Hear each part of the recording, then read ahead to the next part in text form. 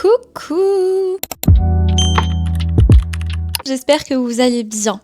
On se retrouve pour une toute nouvelle vidéo aujourd'hui qui va porter sur l'eczéma. Enfin, il était temps. Comme d'habitude, je vous invite à bien vous installer, à prendre votre meilleure petite boisson chaude dans votre canapé pour visionner cette vidéo puisque nous sommes sur un chit-chat cosy, donc on va papoter. Quand on souffre d'eczéma, on est souvent conditionné au fait que ça va jamais s'arranger, au fait qu'on va vivre avec toute notre vie parce que c'est ce que les dermatologues et les médecins nous disent en règle générale. Ils nous donnent uniquement de la cortisone. Si la cortisone ne fonctionne plus, ils nous conseillent d'autres traitements encore plus lourds. Mais à aucun moment on va nous dire que c'est possible de comprendre son eczéma et de le soigner naturellement. On présente ça comme une fatalité, donc forcément on pense que c'est pas possible de stabiliser son eczéma. Mais je vais te prouver le contraire grâce à cette vidéo parce que je vais t'expliquer point par point comment faire pour comprendre ton eczéma. Évidemment, je ne suis pas professionnelle, je ne suis pas dermato, je ne suis pas naturopathe, je ne suis rien de tout ça. Je suis juste quelqu'un qui fait de l'eczéma depuis ses 7 ans et qui a enfin réussi à stabiliser sa maladie, plus ou moins. J'apprends encore, j'avoue, mais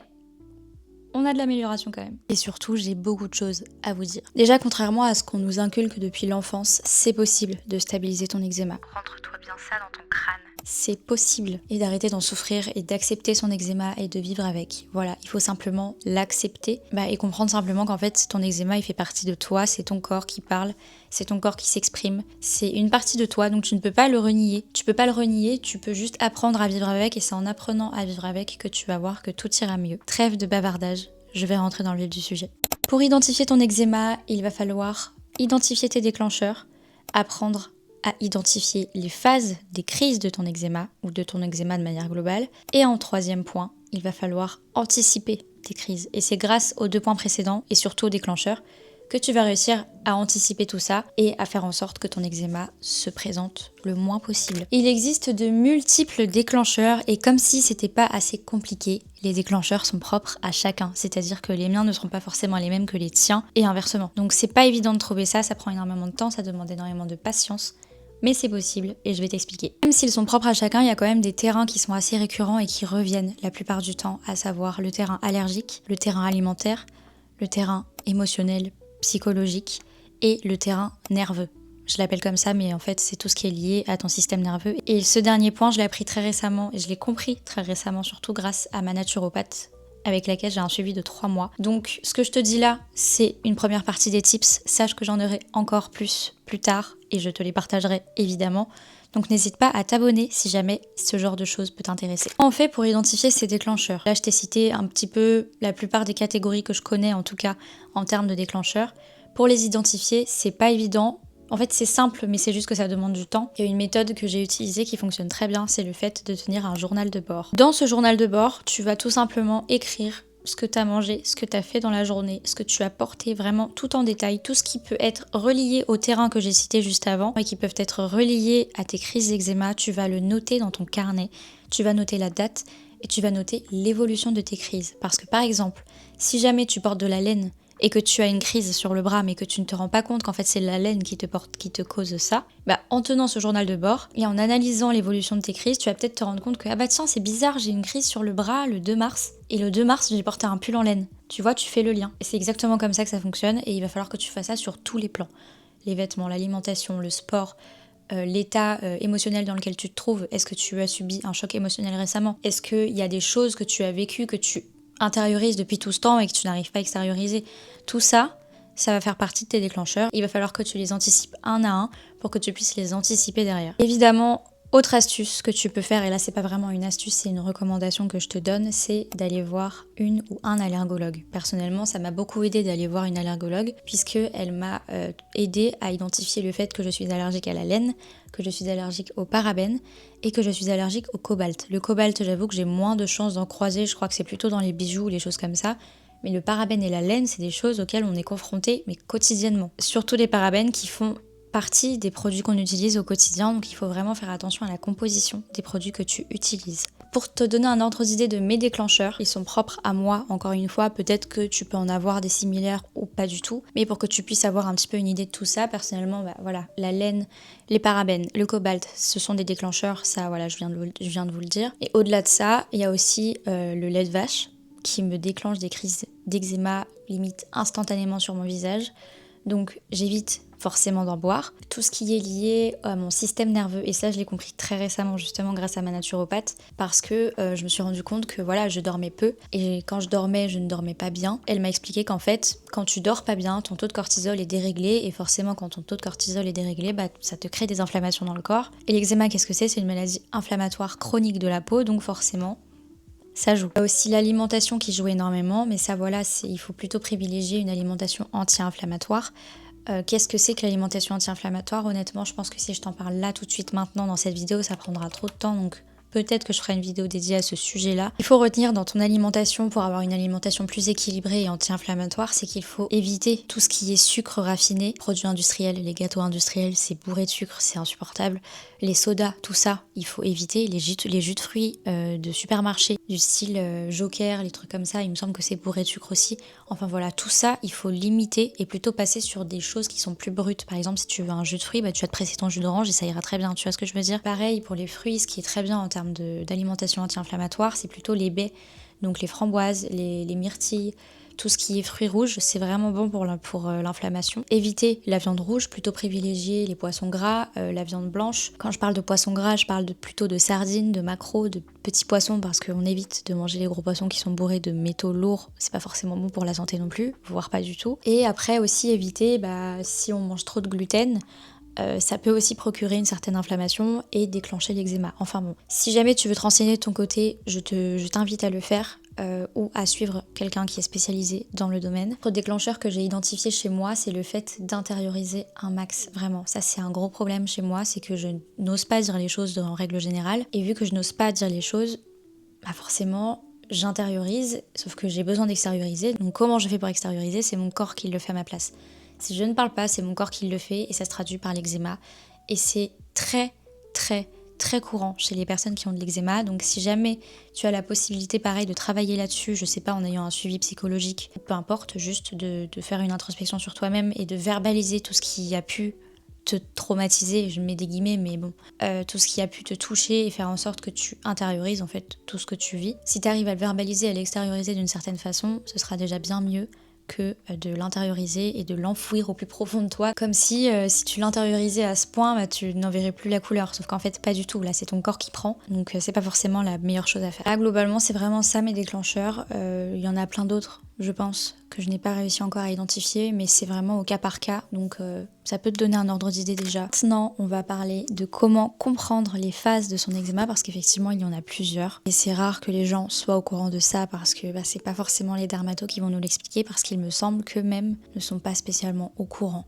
J'ai pas envie de m'avancer non plus, ni de dire du négatif vis-à-vis des dermatologues, parce que c'est un métier qui est hyper utile dans notre cas, surtout. Mais c'est vrai que voilà, quand on a une approche un peu plus holistique, c'est pas forcément les dermatologues qui vont nous le conseiller, puisque pour vous dire, ma dernière dermatologue m'a littéralement dit le naturel ça sert à rien, alors que c'est grâce au naturel que j'ai réussi à stabiliser ma maladie, donc bon.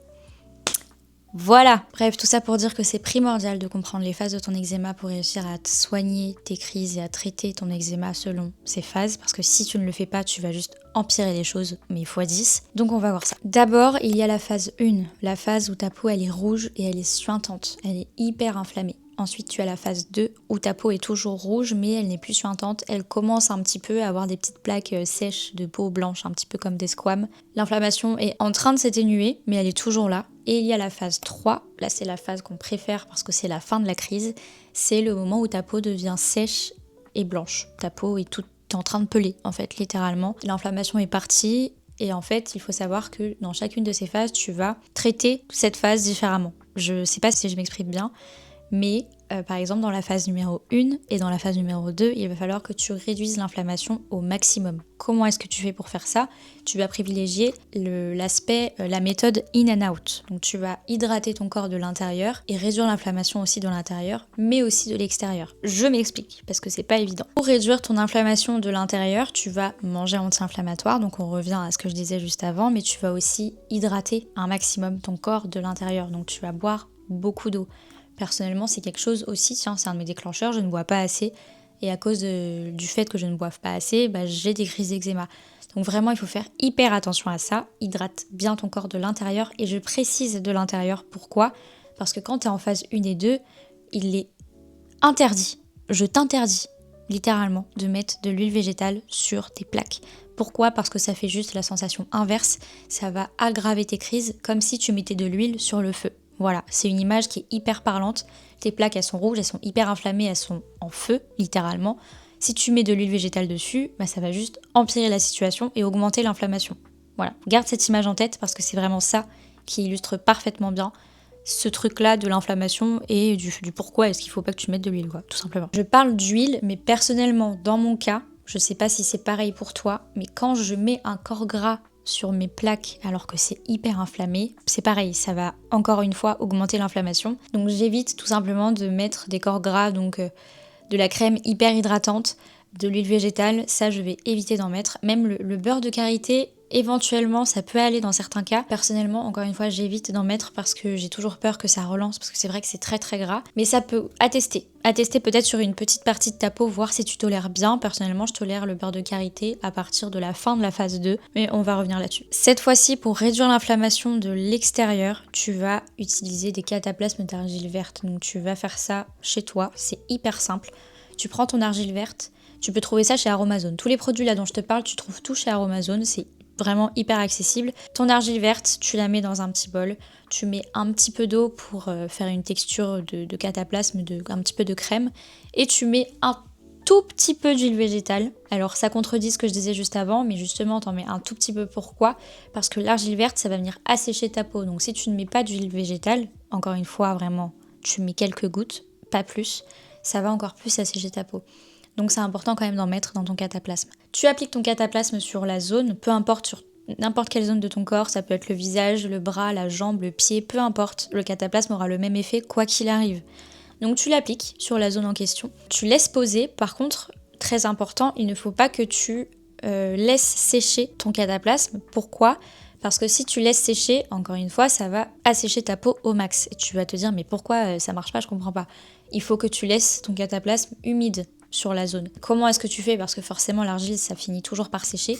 Tu prends ta petite brume d'eau, eau florale ou brume Evian, peu importe, et tu vaporises la zone pour réhydrater, remouiller le cataplasme et faire en sorte qu'il ne sèche pas tout de suite. Comme ça tu peux le laisser poser encore un petit peu.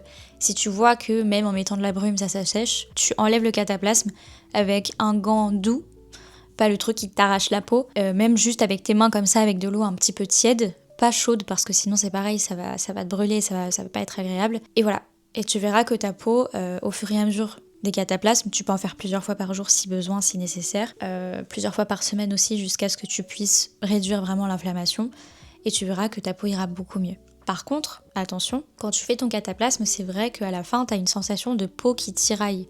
C'est normal. Et dans ces cas-là, moi ce que j'aime bien faire, c'est mettre du gel d'aloe vera et du sérum à l'acide hyaluronique. Ça pareil, tu trouves ça chez Aromazone encore une fois. C'est abordable. Pour moi, c'est vraiment les go-to là. Ces 3 produits-là, c'est les go-to pour faire des cataplasmes pour la phase 1 et 2. C'est vraiment indispensable selon moi. Et donc, pour hydrater ta peau, tu mets du gel d'aloe vera. Ça va venir aussi apaiser les inflammations.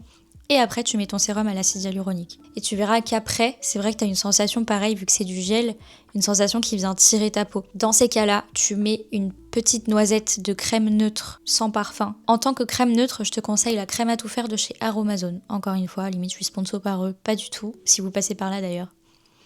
Salut, la crème à tout faire de chez Aromazone, je l'utilise depuis des années et elle est juste géniale. Et tu mets une petite couche de crème à tout faire, donc crème neutre si tu en as une autre. Après le gel aloe vera et l'acide hyaluronique, tu verras que ça hydratera quand même un petit peu ta peau et ce sera beaucoup plus agréable que de laisser ta peau comme ça figée sous le gel d'aloe vera et l'acide hyaluronique. Ensuite, tu verras que à force de faire ça, tu passeras en phase 2. Donc ta peau ne suintera plus, elle sera un petit peu moins brûlante, un petit peu moins inflammée. C'est bien, c'est bon signe, continue comme ça. Surtout, tu fais exactement la même chose qu'en phase 1. Pour moi, c'est vraiment les 2 phases, tu les traites de la même façon, tu continues. Pourquoi ? Parce que le but, ça reste quand même de réduire l'inflammation. Et une fois que tu auras réduit l'inflammation. D'ailleurs, je précise qu'en phase 2, tu peux augmenter un petit peu la quantité d'hydratant. Toujours pas d'huile végétale. Toujours pas, s'il te plaît, sinon ça va repartir de plus belle et ça va juste tout gâcher.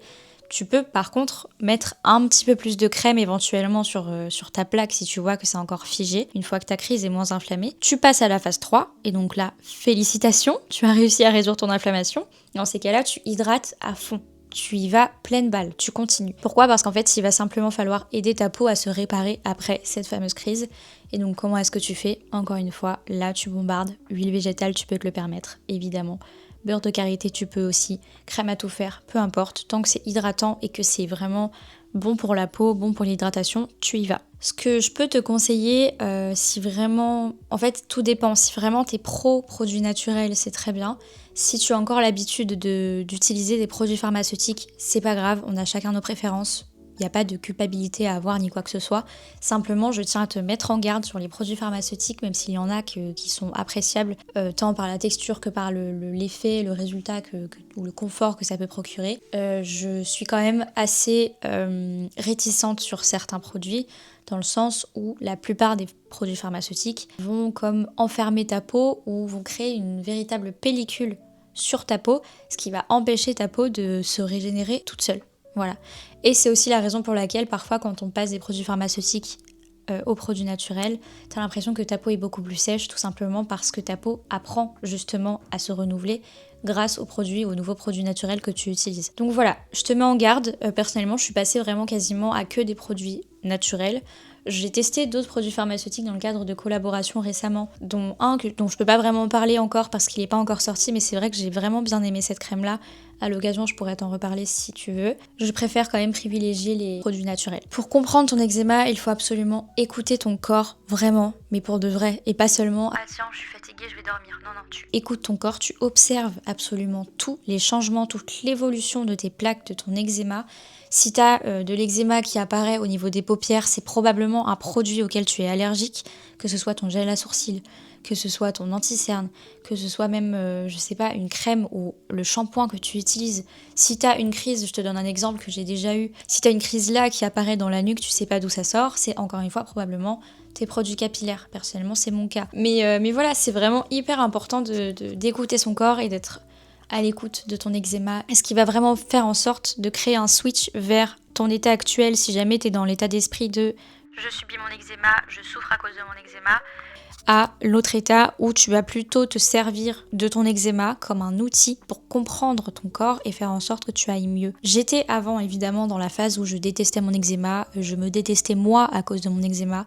Je ne voulais pas être définie par mon eczéma, je faisais en sorte que vraiment ce soit deux choses totalement distinctes et je le détestais au plus haut point. Je pense que c'est le cas de la plupart d'entre nous. Aujourd'hui, je ne le déteste plus, j'ai appris à vivre avec, je l'ai accepté et je m'en sers véritablement comme un outil parce que dès que j'ai une crise, en fait, ça me permet de me poser, me dire pourquoi est-ce que là j'ai fait une crise, je comprends pas, je mangeais bien. Et tout simplement parce qu'en fait, tout mon système nerveux, il est déréglé et il faut absolument que je fasse un effort sur mon sommeil, sur le fait de prendre un petit peu plus de temps pour moi dans la journée et de pas rester H24 du matin jusqu'au soir clouée sur mon écran à travailler parce que ça c'est une source de stress. Enfin bon voilà, tout ça, il faut que tu le prennes en compte et il faut vraiment que tu te serves de ton eczéma comme un outil et pas comme une tannée, même si c'est hyper dur à vivre, je le sais. Je suis passée aussi sûrement par les phases par lesquelles tu passes si tu es sur cette vidéo. Je te comprends, vraiment, sache-le. J'espère vraiment en tout cas que cette vidéo t'aura aidé à comprendre un petit peu mieux ton eczéma, à faire en sorte que tu ne sois plus en train de subir ton eczéma et j'espère aussi que tu arriveras à identifier tous tes déclencheurs parce que selon moi c'est vraiment le plus important.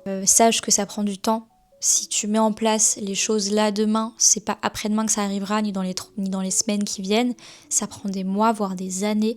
Je suis pas professionnelle, encore une fois, j'apprends encore à le gérer à l'heure actuelle, mais si je peux t'aider à faire en sorte de mieux le gérer et de mieux l'appréhender, c'est avec grand plaisir. Je sais que quand j'étais au bout de ma vie à cause de mon eczéma, j'aurais aimé avoir ce type de contenu sur internet et sur les réseaux sociaux. Donc mon but ici, c'est vraiment d'être cette personne qui te crée du contenu exprès pour ton eczéma et faire en sorte que tu te sentes moins seule, que tu te sentes comprise ou compris et que tu réussisses à stabiliser tout ça, tout simplement. Voilà. Sur le long terme, évidemment, c'est tout ce qu'on veut. Encore une fois, j'espère vraiment que ça t'aura plu, que ça t'aura aidé. N'hésite pas à me dire en commentaire si ça t'a plu, si t'as des questions, peu importe, je reste disponible dans tous les cas pour répondre à tes commentaires. N'hésite pas également à t'abonner parce que je prévois d'autres contenus sur l'eczéma. Donc si jamais ça peut t'aider, ce sera avec grand plaisir. Sur ce, je te fais des bisous et je te dis à dimanche prochain pour la prochaine vidéo. Ciao!